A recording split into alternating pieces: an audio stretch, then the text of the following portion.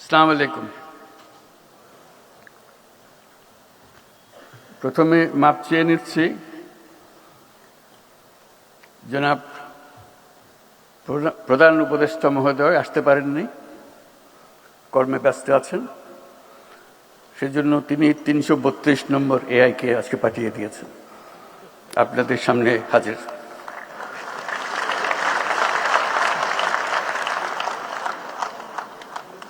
আমি চেষ্টা করব উনি যা বলতে চেয়েছিলেন সেটা আপনাদের কাছে তুলে ধরার জন্য। আশা করি তিনি সন্তুষ্ট হবেন, তার কথাগুলো আমি বলতে পেরেছি। ঢোকার পথে আমি জিজ্ঞেস করেছিলাম শ্রোতাদের মধ্যে আমার মতো এআই কেউ আছে কিনা। এই জন্য জানতে চেয়েছিলাম তাহলে কথা বলতে সুবিধা হবে, আমার কথাগুলো তারা তাড়াতাড়ি বুঝবে। তারা তথ্যটা দিতে পারে নাই, তারা বোধহয় সজাগ ছিল না যে এখানে শ্রোতাদের মধ্যেও এআই থাকতে পারেন, কারণ যাদের তারা প্রতিনিধিত্ব করছেন তারা নানা কারণে আসার সুযোগ পান নাই।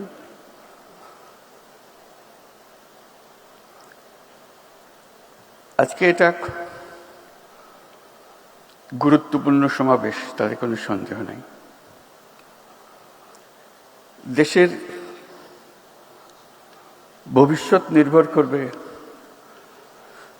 এই ধরনের সমাবেশে আমরা কি আলাপ করি, কি চিন্তা করি,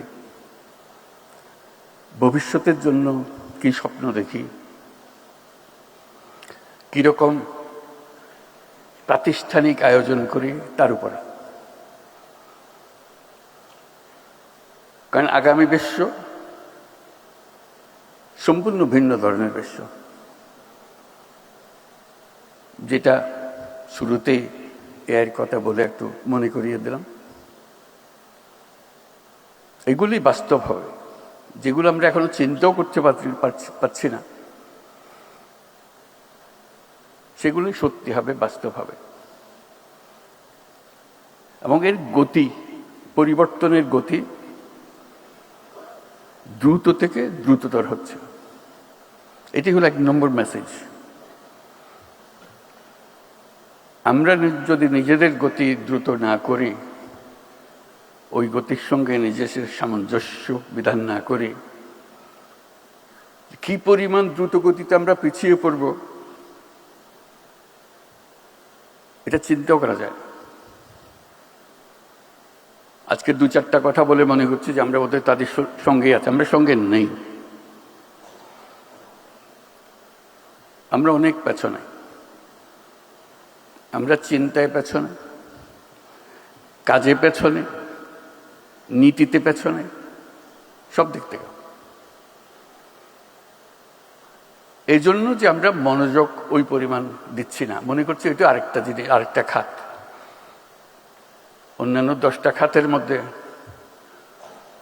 যেরকম আয়োজন, এই খাতও সেই আয়োজন। আমার বলার উদ্দেশ্য হচ্ছে এই খাতটা হলো মূল খাত। এই খাত থেকে ভবিষ্যৎ রচনা হবে আমাদেরও এবং সারা পৃথিবীরও। অন্যান্য খাত উবে যাবে তা না, হারিয়ে যাবে তা না, ওরা থাকবে, কিন্তু টান হবে এটার থেকে, বাতাস আসবে এটার থেকে, পরিবর্তন আসবে এটার থেকে, এটার ছোঁয়া পাবে অন্যান্য জায়গায়। ওর সঙ্গে সঙ্গ দেওয়ার জন্য তাকে প্রস্তুতি নিতে হবে। আমরা কোনো দিক থেকে এটার প্রতি সজাগ নই। আমরা সনাতন যে সমস্ত চিন্তা, সেটা এই খাতে নিয়ে আসার চেষ্টা করছি। এই খাতের চিন্তা ভিন্ন। আমি দ্রুত পরিবর্তনের কথা বলছি। একটা পরিবর্তন আমরা সবাই ওটা অনুভব করি যখন নিজ নিজ পরিবারের দিকে তাকাই, নিজের দিকে তাকাই। আমার অমুক বয়সে আমি কি করছিলাম, আমার এই বয়সে আমার ছেলে বা মেয়ে কি করছে, এটার একটা তুলনা করলে সঙ্গে সঙ্গে আছে। বাচ্চারা যখন এখন হাঁটতে শিখে,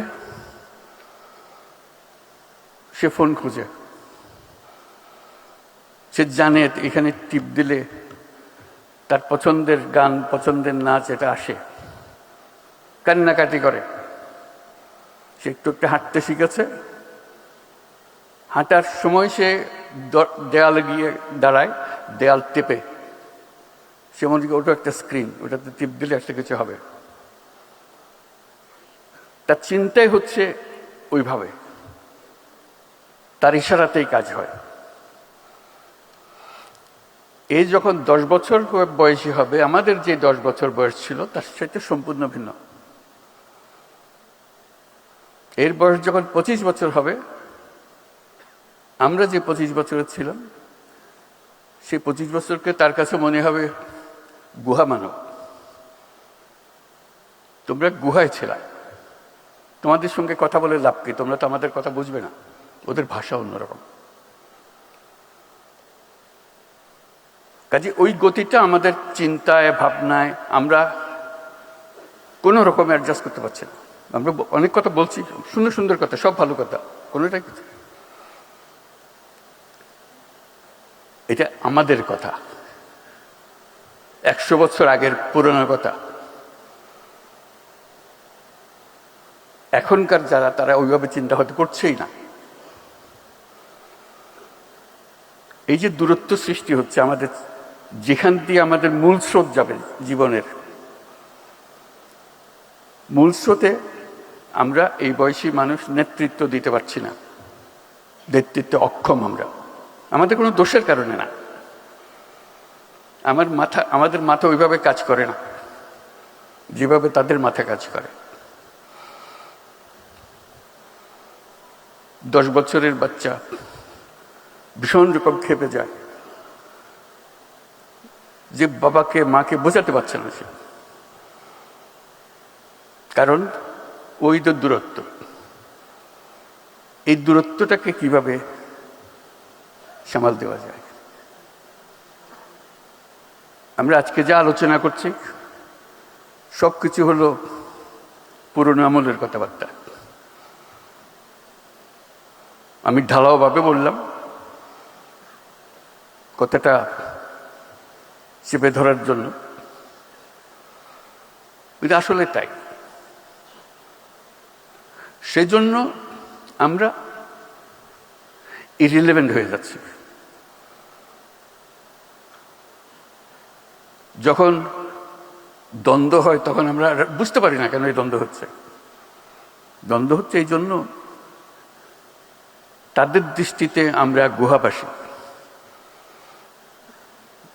গুহাবাসীকে নগরবাসী কিভাবে কথাবার্তা বোঝাবে, এই ভাষা খুঁজে পাওয়া যাচ্ছে না। এটা নগরবাসী গুহাবাসীর, আজকে নগরবাসী বলছি, গুহাবাসী গুহারও আগে চলে যাবে। নগরবাসী আরো অনেক উপরে, অতি অল্প সময়ের মধ্যে দূরত্ব আরো বেড়ে যাবে। এই দূরত্ব সামাল দেওয়াই হলো আমাদের চ্যালেঞ্জ। এখন এখানে সিনিয়র সচিব শ্রীশু বলেছে, বিশেষ সহকারী আইসিটি মন্ত্রণালয় ফয়েজ বলেছে যে আমরা নাগরিক সেবা দেওয়ার চেষ্টা করছি। আমি প্রথম দিন থেকে চেষ্টা করছি যে এটা কেন হবে না। মাঝে মাঝে কথাবার্তা হয়, কাগজপত্র দেখি, সরকারের পক্ষ থেকেও বলা হচ্ছে আমরা সবকিছু ডিজিটালাইজ করে দেবো, নাগরিক যে কোনো জিনিস তার কম্পিউটার থেকে পেয়ে যাবে। এটা কথা, বাস্তবে দেখি না।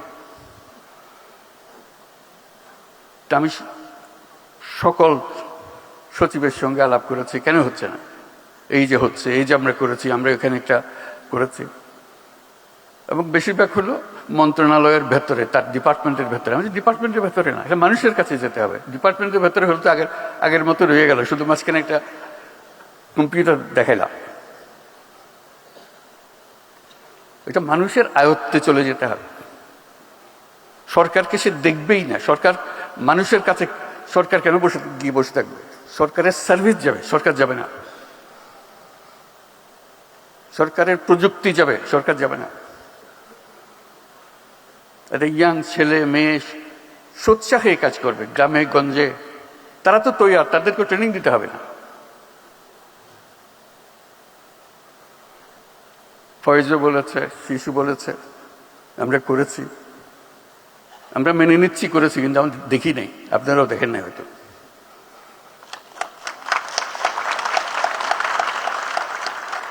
পরিসংখ্যানও দেবে, এতটা করে, এত শত করেছি, এত হাজার করেছি, কিন্তু আমরা দেখি নাই। কেউ ঘরে আসে বলে নেই, দেখেন আমি এনআইডিতে যাওয়ার কথা, এখানে টাকা দিয়েছে, আমার এনআইডিতে দিয়ে দিছে।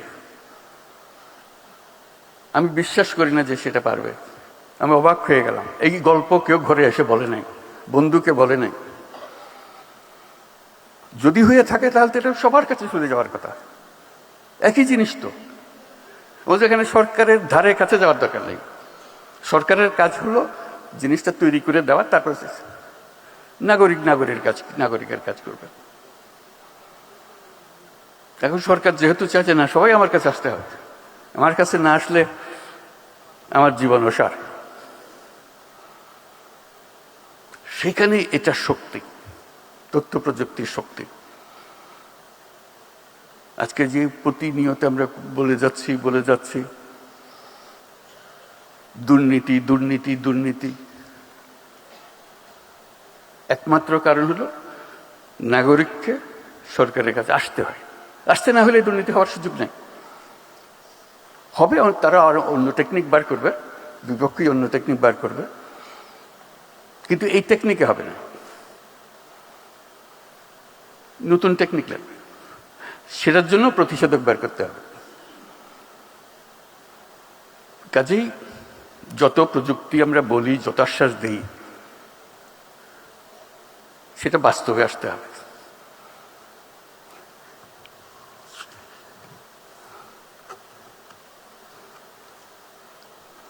আনুষ্ঠানিক কথাটা বলি, digital device and innovation expo 2026 এর উদ্বোধনী অনুষ্ঠানে উপস্থিত সকলকে আমার শুভেচ্ছা ও সালাম জানাচ্ছি। Digital device and innovation expo 2026 আয়োজনের সাথে সংশ্লিষ্ট সকলকে আমি আন্তরিক ধন্যবাদ জানাচ্ছি। আশা করি এই এক্সপো আমাদের উদ্বোধনী যাত্রায় এক নতুন দিগন্তের উন্মোচন করবে। আমরা এক বিশেষ সময় পার করছি। 24 গণ অভ্যুত্থান আমাদের সামনে অনেক সম্ভাবনার দরজা খুলে দিয়েছে, যার নেতৃত্বে ছিল তরুণরা। এই তরুণরাই নতুন বাংলাদেশের নেতৃত্ব দেবে। শুধু বাংলাদেশ নয়, এখানে আমার একটা কথা, আমরা শুধু বাংলাদেশের কথা বলছি। আমরা নতুন প্রজন্মের কাছে বাংলাদেশ একটা অংশ, গুরুত্বপূর্ণ অংশ, কিন্তু তারা বিশ্ব নাগরিক।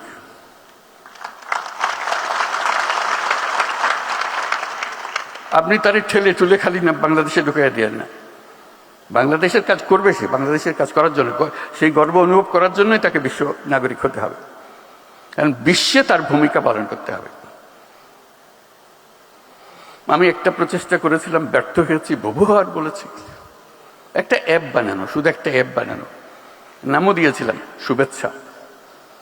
এটা হলো বাংলাদেশি যে যেখানে আছে দুনিয়ার, যে যে কাজে আছে, এই অ্যাপের মাধ্যমে বাংলাদেশের সঙ্গে যুক্ত হবার, বাংলাদেশি কে কি করছে তার খোঁজ খবর নেবার একটা সুযোগ হবে। তার বৈশিষ্ট্য কি, তারা সেই বৈশিষ্ট্যের আরো কারা আছে তার একটা সাব গ্রুপ করবে। তারা বলবে আমি তো এই কাজ করি, আমি তো এটা বাংলাদেশে যে কোনো সময় করে দিতে পারি। আমাদের যে অ্যাসেটস সারা দুনিয়াতে ছড়িয়ে আছে এবং তাদের আন্তরিকতার কোনো সীমা নেই, একটু ইশারা দিলে লাভ দিয়ে আছে, কিন্তু আমরা নারাজ তাদের সঙ্গে আলাপ করতে। এই অ্যাপটা এই হচ্ছে করতে করতে আজ পর্যন্ত হলো না। একটা জায়গা আমরা যদি টেকনোলজি এতই বুঝি, এতই আমাদের কৃতিত্ব, এই কাজটা কেন করতে হবে? একটা জায়গা যেখানে আমরা সবাই একত্র হব, যারা ইচ্ছুক তারা পাতে নিজেদের সাব গ্রুপ করবে, আমি এখান থেকে এই সাবজেক্টে আমি করতে পারি, এই কাজটা আমরা তো এটাই রিসার্চ করেছি, এটাই তো বের করেছি, সারা দুনিয়া নিচ্ছি, বাংলাদেশ কেন নেবে না? আমি গিয়ে করে দিয়ে আসবো, বা আমার এখানে পাঠিয়ে দাও, আমি সব ঠিক করে দেব। আমি থাকার ব্যবস্থা করব, কাজের ব্যবস্থা করব, ইত্যাদি ইত্যাদি। সম্ভব, বিরাট রিসোর্স একটা। এই রিসোর্সটা আমরা ব্যবহার করতে পারছি না, অথচ আমরা মনে করছি যে প্রযুক্তিতে আমরা অনেক কিছু করে ফেলেছি। বহু করার আছে, বহু জিনিস আছে যেটা আমরা হাতে দিচ্ছি, শুধু গদবান্ধা কথা বারে বারে উচ্চারণ করে যাচ্ছে। আমরা এখন একটা বিশেষ সময় পার করছি। 24-এর গণ-অভ্যুত্থান আমাদের সামনে অনেক সম্ভাবনার দরজা খুলে দিয়েছে, যার নেতৃত্বে ছিল তরুণরা। এই তরুণরাই নতুন বাংলাদেশের নেতৃত্ব দেবে। শুধু বাংলাদেশ নয়, তারা গোটা বিশ্বের নেতৃত্ব দেবে। তাদের কোনোটাতে ঘাটতি নাই। আমরা শুধু টেনে রাখছি, তাদেরকে টেনে ধরছি। তাদেরকে ছেড়ে দিলে সে ঘুড়ির মতো উড়ে বেড়াবে। বর্তমান তরুণ প্রজন্ম আগেকার প্রজন্ম থেকে সম্পূর্ণ আলাদা। আমরা দেখতে একরকম, কথা বলি একরকম, মানুষ আমরা ভিন্ন। সে আমাকে অনেক পেছনে ফেলে চলে গেছে। যেহেতু আমি এত কম স্পিডে হাঁটি, সে আমার সঙ্গে পাল্লা দিতে পারে না। সে বিরক্ত হয়ে আমার ছেড়ে চলে যাচ্ছে। আজকের তরুণরা পৃথিবীর ইতিহাসের সবচেয়ে শক্তিশালী প্রজন্ম। এটা বিশ্বব্যাপী যে প্রজন্ম, এটা পৃথিবীর ইতিহাসে এত শক্তিশালী প্রজন্ম আর হয় নাই, এমন শক্তিশালী। তারা কি সর্বকালের শক্তিশালী? না, সর্বকালের শক্তিশালী না। এর পরের প্রজন্ম এর থেকে আরো বেশি শক্তিশালী হবে। এই দুই প্রজন্মের মুখ দেখা দেখি হবে না, এরকম অবস্থা। এর কথা এরা বুঝবে না। এইভাবে এটা চলবে। এই শক্তিটাকে আমরা কাজে লাগাতে পারছি, তাকে রিকগনাইজ করতে পারছি না, তাকে রিকগনিশন দিচ্ছেন। রিকগনিশন দিলে সে এগিয়ে আসতে পারতো, কাজটা করতে পারতো। এই যে পরিবর্তন, এই যে শক্তিশালী হয়েছে, তার এসেন্সটা হলো প্রযুক্তি, যেটার বিষয়ে আমরা আলাপ করছি। ওর কারণেই সে ভিন্ন। সে আমার ছেলে, আমার মেয়ে, কিন্তু ওই যে বললাম, তার কাছে আমি গুহাবাসী। যেহেতু তার কাছে ওই শক্তি, আলাদিনের চেরাক তার হাতে, এই আলাদিনের চেরাক দিয়ে সে যা ইচ্ছা তাই করতে পারে। আমি একটা বাক্য রিপিট করি, আবার এখানেও রিপিট করি। Younger you are, more powerful you are. যতই তরুণ ততই শক্তিশালী। এটা একটা খুবই সাধারণ বাক্য, কিন্তু এটা প্রয়োগ সাংঘাতিক। মা বাবার চাইতে ছেলে মেয়ে শক্তিশালী, চিন্তায়, ভাবনায়, দৃষ্টিতে। আমরা স্বীকৃতি দিই না। নাতি নাতনির চাইতে দাদা দাদির চাইতে নাতি নাতনি মনে হয় অন্য গ্রহের মানুষ।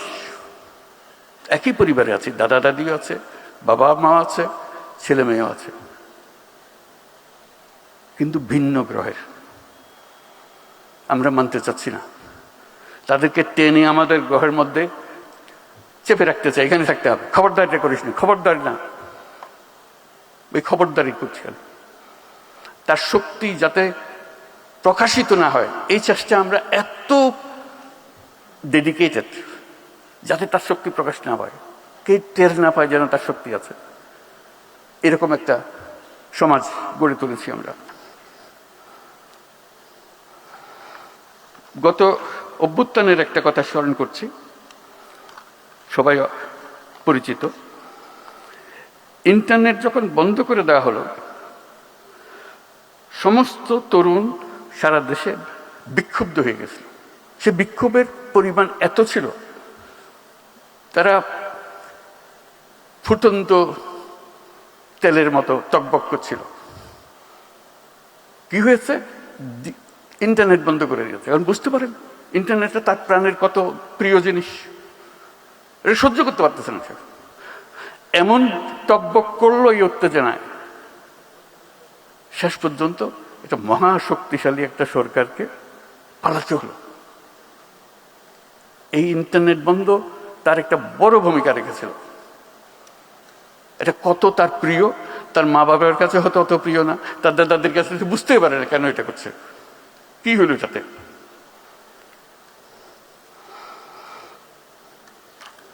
এর সঙ্গে একটা সাম্প্রতিক অভিজ্ঞতার কথা বলি, গতকালের অভিজ্ঞতা, অনেকে হয়তো পত্রিকাতে বা টেলিভিশনে দেখেছেন। পার্বত্য চট্টগ্রামে কয়েকটা স্কুলের সঙ্গে ইন্টারনেট সংযোগ, এটা নিয়ে বহু দরবার করতে হয়েছে, এটা কেন যাবে না, কিভাবে হবে না, নানা অসুবিধার কথা। এটা পারা যাচ্ছে না, আমি তো পারতেই হবে ইন্টারনেট, আর কিছু না হোক সকল স্কুলে না হোক, একটা স্কুলে দাও, 10টা স্কুলে দাও, 20টা স্কুলে দাও। এই লড়াই করতে করতে যাবার বেলায় সেটা গতকাল সম্ভব হলো। পার্বত্য চট্টগ্রামের 3টা জেলায় 12টা স্কুলে ইন্টারনেট সংযোগ দেওয়া হলো। আমরা যে এই যে দিলাম, সেটার পরিচিতি হিসেবে আমরা ওই 12টা স্কুলের সঙ্গে একটু বসবো, তাদের চেহারা আমরা দেখবো, আমাদের চেহারা তারা দেখবে। কালকে সকালে সেটা করছিলাম, অদ্ভুত অনুভূতি। ফুটফুটে বাচ্চাগুলো ওইদিকে টকবক করছে, ইন্টারনেটে ঢাকা শহরের সঙ্গে কথা বলছে, প্রধান উপদেষ্টার সঙ্গে, এবং তারা কথা বলছে, সত্যি সত্যি কথা বলছে, আমাদের কথা শুনছে, হাত উঠাইতে বললে হাত উঠাচ্ছে, তালি দিতে বললে তালি দিচ্ছে, আমরাও তালি দিচ্ছি তাদের সঙ্গে। নিশ্চয়ই তাদের জীবনের একটা স্মরণীয় ঘটনা এটা। 12টা স্কুল মাত্র, 3টি জেলা, খাগড়াছড়ি, বান্দরবান, পার্বত্য, আর এই 3টি জেলার মধ্যে আমরা দিলাম। একটা স্মরণীয় দিন তাদের জন্য। আমি যেটা বললাম, চাঁদের আলো একদিকে সবাই পাচ্ছে, চাঁদের অপরিপিতে অন্ধকার। আমরা এইদিকে বাংলাদেশের এদিকে ইন্টারনেট পাচ্ছি, বাংলাদেশের ওইদিকে তারা ইন্টারনেট পায় না। কথাটা বললাম এই জন্য যে ইন্টারনেট বন্ধের কারণে এটা মহা প্রতিপত্তিশালী একটা সরকারকে বিদায় নিতে হলো। আমাদের দেশে 3টা জেলায় যে ইন্টারনেট এখনো পৌঁছায়নি, সেটার ব্যাপারে আমরা পাত্তাই দিচ্ছি না। তারাও যদি এরকম প্রতিবাদ করত, তোমরা পাবে আমরা পাবো না কেন, কি জবাব দিতাম? আমি তাদের কাছে মাপ চাইলাম সবার পক্ষ থেকে, যারা আমরা উপভোগ করছি ইন্টারনেট, আমরা পাচ্ছি, এবং 1 দিন 2 দিন বন্ধ হয়ে গেলে আমরা পাগল হয়ে যাচ্ছি। অথচ সেই আমি, তুমি ইন্টারনেট পেলে কি পেলে না, এই ব্যাপারে আমি পাত্তাই দিচ্ছি না, আমি সরকার। এই হলো আমাদের নীতি। একজনের জন্য একরকম, আরেকজনের জন্য আরেক রকম। শুধু ইন্টারনেট, এর সঙ্গে যে এত কত সার্ভিস জড়িত আছে, তাদের স্কুল কলেজে লেখাপড়া হচ্ছে না, শিক্ষক নেই, এত উপযুক্ত শিক্ষক নাই, কাজে ক্লাস লেখাপড়া হচ্ছে না। ইন্টারনেট থাকলে তো শিক্ষক এখানে থাকবে, ছাত্র এখানে থাকবে। বলে শিক্ষক যেতে চাই, আমি যাবার দরকারটা কি? কোন যুগে আছি আমরা? শিক্ষক ফুটতেছে, তার বাড়িতে বসে ওখানে লেখাপড়া করো। আমি তুমি চ্যালেঞ্জ দাও, যত রিটায়ার্ড শিক্ষক আছে বাংলাদেশের বেস্ট শিক্ষক বেছে নাও, যে পার্বত্য চট্টগ্রামের একটি স্কুলে উনি এই সাবজেক্ট পড়াবেন, আনন্দ সহকারে রাজি হয়ে যাবে। বলবে যে কত স্কুলে পড়াতে পারবেন বলেছেন, আমি তো রিটায়ার্ড মানুষ, and he may be or she may be the best teacher. সে আনন্দ পাবে, ছেলেরও পাবে, শুধু ওই ইন্টারনেট প্রযুক্তিটা লাগিয়ে দেওয়া। তাই কালকে তো ওপেন করলাম, খেয়াল রাখবেন এটা কয়দিন ওপেন থাকে। অনেক সময় সরকারকে বুঝ দেওয়ার জন্য একটা করে ফেললাম, মন্ত্রী মহোদয়, প্রধান উপদেষ্টা নির্দেশ দিয়েছেন, কাজে একটা কিছু করতে হবে, করলাম। উনিও ভুলে গেলেন, আমরা ভুলে গেলাম। 2500 স্কুল আছে পার্বত্য চট্টগ্রাম, আমরা 12টার সঙ্গে কথা বললাম মাত্র। এই হলো আমাদের প্রযুক্তি।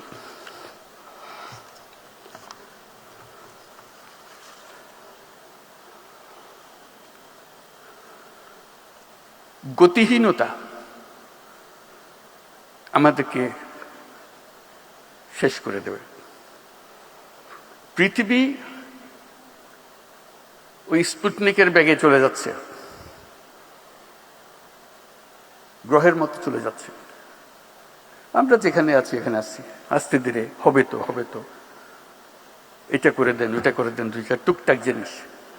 আমরা টুকটাকে সীমাবদ্ধ রাখছি নিজেকে। আমরা পৃথিবীর অংশীদার হতে চাচ্ছি না বা হতে দিচ্ছি না, হোয়াট এভার। আমরা পৃথিবীর নাগরিক। এই প্রযুক্তি আমাদেরকে পৃথিবীর নাগরিক করেছে। আমি যেটা করি সেটা ইউরোপের কাজে লাগে। আমি যেটা ভাবি সেটাতে পুরো মহাদেশ পরিবর্তন হয়ে যায়। আমি শুধু আমার গ্রামে করলাম, সন্তুষ্ট হয়ে গেল। গ্রামে যেটা করেছি সেটা পৃথিবীর জিনিস। এই প্রযুক্তি আমাকে সেই প্রকাশ করার সুবিধা দিচ্ছে, যোগাযোগের সুবিধা দিচ্ছে। সেটা আমরা কিভাবে নিয়ে যাব, এটাই হলো বিষয়। তারপরে আমরা একটা জিনিস বরাবর রিপিট করে যাই, এটার বিরুদ্ধে আমি আমার কথাটা বলেই যাচ্ছি, আজকেও আবার বলবো। আমাদের আশ্বাস হলো সবার জন্য চাকরি দেব। ধরে নিয়েছি মানুষকে চাকরি করতে হবে, ভাগ্যে আর কিছু নাই। আমি সবাই বোঝানোর চেষ্টা করছি এটাকে সম্পূর্ণ ভুল জিনিস। এই চাকরির বিষয়টা এসছে দাসপ্রথার থেকে। আগে দাস ছিলাম, সেটার একটা উন্নত ভার্সন হলো আমি দাস নই, আমার মাসিক বেতন দিবা বা বছরে কিছু দিবা, কিন্তু তার হুকুমে চলতে হবে। আমাদের ওইখান থেকেই আমাদের ভুল পথে যাওয়া শুরু হলো। মানুষের জন্ম হয়েছে একজন সৃজনশীল জীব হিসেবে। সৃজনশীলতাই হলো আমার মূল মন্ত্র, যেটা আজকের প্রযুক্তি আমাকে প্রকাশ করার সুযোগ দিচ্ছে। আমার আবার এই প্রযুক্তিকে এনে আবার দাসপ্রথাতে ঢুকিয়ে দিচ্ছে, যে তোমাকে চাকরি করতে হবে, কোম্পানিতে চাকরি করতে হবে। প্রযুক্তি যেখানে আমাকে মুক্তি দিচ্ছে, আমি আমার কনসেপ্ট দিয়ে তারা আবার উল্টে ফেরত পাঠাচ্ছি। আমার তো সুযোগ আসলো, বিরাট সুযোগ আসলো। যে কোনো মুহূর্তে আমি এখন আমার নিজস্ব কর্মকাণ্ড সৃষ্টি করতে পারি, আমি উদ্যোক্তা হতে পারি। সেটাতে আমরা নিয়ে যেতে পারছি না। কাজে আজকে যদি এই মন্ত্রণালয়ে কোনো সার্থকতা থাকে, সেই সার্থকতা হলো দেশের মানুষকে, ইয়াং জেনারেশনকে চ্যালেঞ্জ দেওয়া, কে কে উদ্যোক্তা হতে চাও, আমরা তোমাদের পেছনে আছি, সেটা কর। তরুণদের মধ্যে কত শতাংশ উদ্যোক্তা হলো প্রতি বছর নতুন, সেটা দেখানোই হলো এই মন্ত্রণালয়ের সার্থকতা। এবং তার গোড়াটা হলো প্রযুক্তি। আমরা খালি সরকারের কাছ থেকে এটা দিতে হবে, ওটা দিতে হবে, বিশেষ করে টাকা দিতে হবে, জমি দিতে হবে, হবে তো অবশ্যই লাগবে। কিন্তু যেই সরকার এটা দিতে শুরু করে, ভুল লোকগুলোর সামনে এসে দাঁড়ায়, ওরা সেটা তারা নিয়ে যায়, আসল লোক আর পায় না। আমার সুনির্বন্ধ অনুরোধ, সরকার থেকে কিছু চাই না, আসল লোক পাবে না কোনো নেই। ভুয়া লোকের কাছে যাবে, ভুয়া লোক আরো চাইবে, আপনার নাম দিয়ে আরো চাইবে, এবং সে আরো পাবে, যেহেতু তার শক্তি বেড়েছে এখন। সরকারকে বারে বারে মিনতি করে বলবেন আমাকে কিছু দিয়েন না, শুধু আমার নীতিটা ঠিক করে দেন, এই কাজটা করে দেন, বাকিটা আমরা সামাল দেব। তাহলে আমাদের বাঁচোয়া, তাহলে আমাদের বাঁচোয়া নেই। যেই সরকারের কাছ থেকে কিছু চাইতে আসে, তাকে সন্দেহের চোখে দেখবেন, তাহলে জিনিসটা টের পাবেন। এই যে আমরা মন্ত্রণালয়ের কথা বলছি, আজকে অনেক কথা হলো। এই মন্ত্রণালয় একটা প্রতীক, পুরো সরকার হলো আরো বৃহত্তর সংগঠন। প্রযুক্তির গতি এত দ্রুত, প্রতিটি প্রতিষ্ঠান, প্রতিটি নীতি প্রণয়নকারী দ্রুত গতিতে ইরিলেভেন্ট হয়ে যাচ্ছে। কারণ সে বসছে যে সময় যে উদ্যোগ নিয়ে, সেটা কালকে পাল্টে যাচ্ছে, সে কিন্তু পাল্টাচ্ছে না। কাছেই ওই পথে নিয়ে যেতে হলে ওই যারা চোখে দেখছে পরিবর্তনগুলো, তাদেরকে ঠেলে ঠেলে এদেরকে নিয়ে যেতে হবে। একই কাজে আমি নিজের মতো করে বলি, এটা কেউ হয়তো সিরিয়াসলি নেয় না, আমি বলি যে সরকারি কর্মচারী 5 বছরের বেশি সরকারে থাকা ঠিক না। কেন? হতে তার মন একটা কাঠামোর মধ্যে ফিক্স হয়ে গেছে, এর থেকে বেরোতে পারেনি সে আর। আবার নতুন লোক যারা বাইরের থেকে দেখতেছে তাদেরকে নিয়ে আসতে হবে। এটা বিশেষভাবে প্রযোজ্য এই প্রযুক্তি মন্ত্রণালয়ের মধ্যে। প্রযুক্তি মন্ত্রণালয়ে যদি এমন লোক আসে যে প্রযুক্তি সম্বন্ধে বোঝাপড়া হয়েছিল 30 বছর আগে, 30 বছরের ছাড়া দুনিয়া পাল্টে যায়, তাকে ওই যেটা দিয়েছে সেটাই তার দোষ না, সেটা অনুভব করার সুযোগ পায় নাই। কাজে যে অনুভব করছে সে যেন আসতে পারে। প্রতিনিয়ত পরিবর্তন, প্রতিনিয়ত পরিবর্তন। নীতিতে আসো, নীতি ঠিক করো, নীতি বাস্তবায়ন করো, যেটা মানুষের কাছ থেকে আসবে সেটাকে দিয়ে দাও। কাজে সেই জিনিসটার দিকে প্রযুক্তি এত দ্রুত, ওই যে বললাম, মেয়ের চাইতে ছেলে মেয়ের চাইতে বাবা মা অবসলিট হয়ে যাচ্ছে, ইরেলেভেন্ট হয়েছে, দাদা দাদি আরো ইরেলেভেন্ট হয়ে যাচ্ছে। সরকারের কথা চিন্তা করেন, সরকার কত ইরেলেভেন্ট হয়ে যাচ্ছে, হাসি পায়। পুরনো বস্তা কাটা সে নিয়ম নীতি নিয়ে আসে, এটার উপরে সংশোধন করতে হবে, মূলটা পাল্টায় না। ওই যে ব্রিটিশ সরকার ধরিয়ে দিয়ে গেছে নীতি, ওই নীতির উপরে সব সংশোধন হইতেছে। আরে ভাই, ওটা তো মূল জিনিস গোলমাল, নতুন করে বানাতে অসুবিধাটাকে? সেই পরিবর্তনে কেউ জানে, সব ঠেকার কাজ। আমার ঠেকাটা সামলা দিতে হইলো, আমার প্রমোশন হবে, আমি অন্য জায়গাতে চলে যাব। রাজনীতিবিদও তাই, আমার মেয়াদটা কাটিয়ে দিই, আমি আবার পুনর্নির্বাচিত হলো। এই হলো ব্যাপার। আমরা প্রতিষ্ঠান বানাই, প্রতিষ্ঠান এই যে একটা বানিয়ে দিয়েছে ওটাভাবে চলতেছে। আমার তো মনে হয় প্রতিটি প্রতিষ্ঠান 10 বছর পরে পরে আবার নতুন করে বানাতে, একদম গোড়ার থেকে বানাতে হবে। কারণ এর মধ্যে পৃথিবী পাল্টে গেছে, নিয়ম কানুন পাল্টে গেছে, তার লক্ষ্য পাল্টে গেছে, এবং সে ওখানে স্থির হয়ে বসে আছে। তো এই পরিবর্তনগুলো আসতে হবে, এটি হলো আমার মুদ্রা কথা।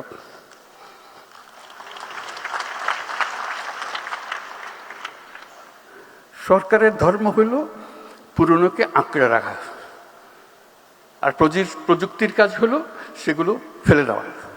এই যে দ্বন্দ্ব, এই দ্বন্দ্বে কাকে জিততে দেবেন আপনি?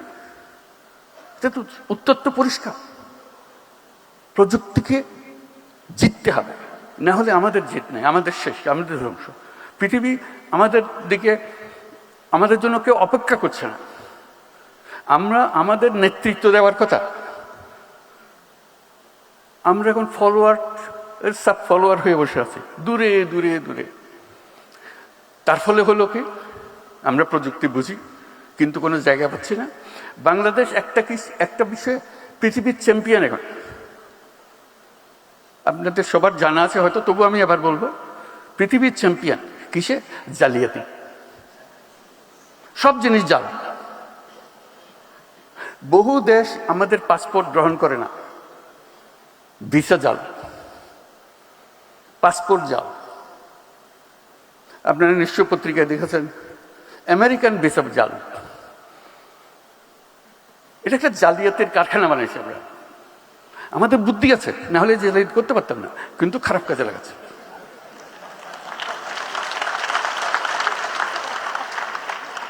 যে জালিয়াতি করতে জানে তার কাছে অনেক ক্রিয়েটিভিটি। আমি মধ্যপ্রাচ্যের একটা রাষ্ট্রের মন্ত্রীর সঙ্গে আলাপ করছিলাম। তারা বহুদিন ধরে আমাদেরকে প্রবেশাধিকার দিচ্ছে না।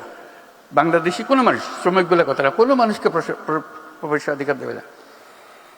এমনকি আমি যেটা তাদেরকে বোঝানোর চেষ্টা করার জন্য সর্বনিম্ন, আমাদের যে মেরিনার যারা জাহাজ চালায় দুনিয়াতে, should be proud of them, they are leading the industry.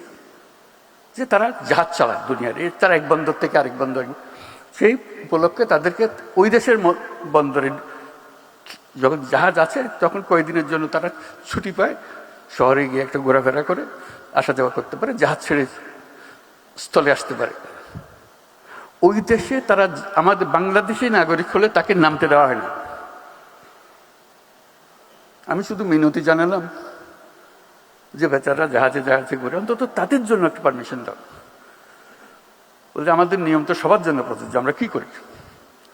তুমি আমার আবেদনটা গ্রহণ করো, শুধু তাদের জন্য দাও, আর যদি মনে করো সবার জন্য পর উন্মুক্ত করবো। তো কয়েক মাস পরে শুনলাম যে তারা মেরিনারদের পারমিশন দিয়েছে। একটা দুটা দেশ না, লম্বা লিস্টে যাদের দেশে আমাদের প্রবেশাধিকার নাই। ওই মন্ত্রী যার সঙ্গে আমি মেরিনার নিয়ে আলাপ করলাম, সে বলল যে দেখেন আপনি বন্ধু মানুষ, আপনাকে পুরো জিনিসটা আমি বোঝাবো। আমি বোঝাবো বলতে আমি নিজে গেছি, এই যখন তারা আসে দেখার জন্য যে বাংলাদেশিরা রিজেক্টেড হয়ে যাচ্ছে কেন, তো নানাজনের কাগজপত্র দেখালো, শিক্ষার সার্টিফিকেট ভুল, জালিয়াত। বলছে একজন মহিলা, সে আসছে এখানে ডাক্তার হয়ে, তার ভিসা হলো ডাক্তারের ভিসা। আমি দেখে বুঝলাম ডাক্তার হবার তার কোনো ক্ষমতা নাই, তার চেহারায় বলে না ডাক্তারের কিছু আছে। তা আমি জিজ্ঞেস করলাম আপনি কোন মেডিকেল থেকে পাশ করেছেন? তখন কাগজপত্র গাইতে আর জন্য বের করে দিল মেডিকেল সার্টিফিকেট। তো স্টাফরা বললো স্যার এটা জাল, এটা ভুয়া, বাকি সমস্ত সার্টিফিকেট তার জাল। সে বললো যে আমার অ্যাসেসমেন্টে সবোধ কাজ যেটা শেষ পর্যন্ত করবে, আমি ঢুকতে পারমিশন দিলে সে গৃহকর্মী হবে, কিন্তু নিয়ে এসছে ডাক্তারের সার্টিফিকেট। কি হবে আমাদের? এই প্রযুক্তির কথা বলছি যে এই প্রযুক্তি সে জালিয়াতির কাজে লাগাবে। যদি না আমরা আগের থেকে আমাদের নিজেদের সংশোধন করি, এই গোড়াগুলো কেটে দিই। হাজারে হাজারে মানুষ, নানা ভুয়া, সবকিছু ভুয়া, পারমিশন ভুয়া, ব্যাংক সার্টিফিকেট ভুয়া, এবং আমরা ইস্যু করছি সেগুলো, এবং জেনুইনলি ইস্যু করছি, যেখান থেকে যাওয়ার কথা সেখান থেকে ইস্যু করছি পয়সা। কাজেই আমাদেরকে প্রযুক্তিতে আসতে হলে ন্যায্য জিনিস নিয়ে আসতে হবে। জালিয়াতির কারখানা, এই দেশ জালিয়াতির কারখানা হবে না, হবে না, হবে না। এটাকে আমরা করতে চাই না। আমরা নিজ গুণে দেশে সারা দুনিয়াতে মাথা উঁচু করে চলতে চাই, এবং সেই সামর্থ্য আমাদের আছে। আজকে এই প্রযুক্তির বৈঠকে আমরা সেইভাবে মন ঠিক করি যে আমরা জালিয়াতি থেকে বের হয়ে আসবো, আমরা তরুণদেরকে উদ্যোক্তা হবার সুযোগ করে দেব, এবং আমাদের নীতি বাস্তব এবং বর্তমানকে প্রতিফলিত করুক সে ব্যবস্থা করব, মানুষের সহায়ক সরকার করব, ওইভাবে আমাদেরকে চলতে হবে। তাহলে এই সমাবেশের সার্থকতা। সবাইকে ধন্যবাদ।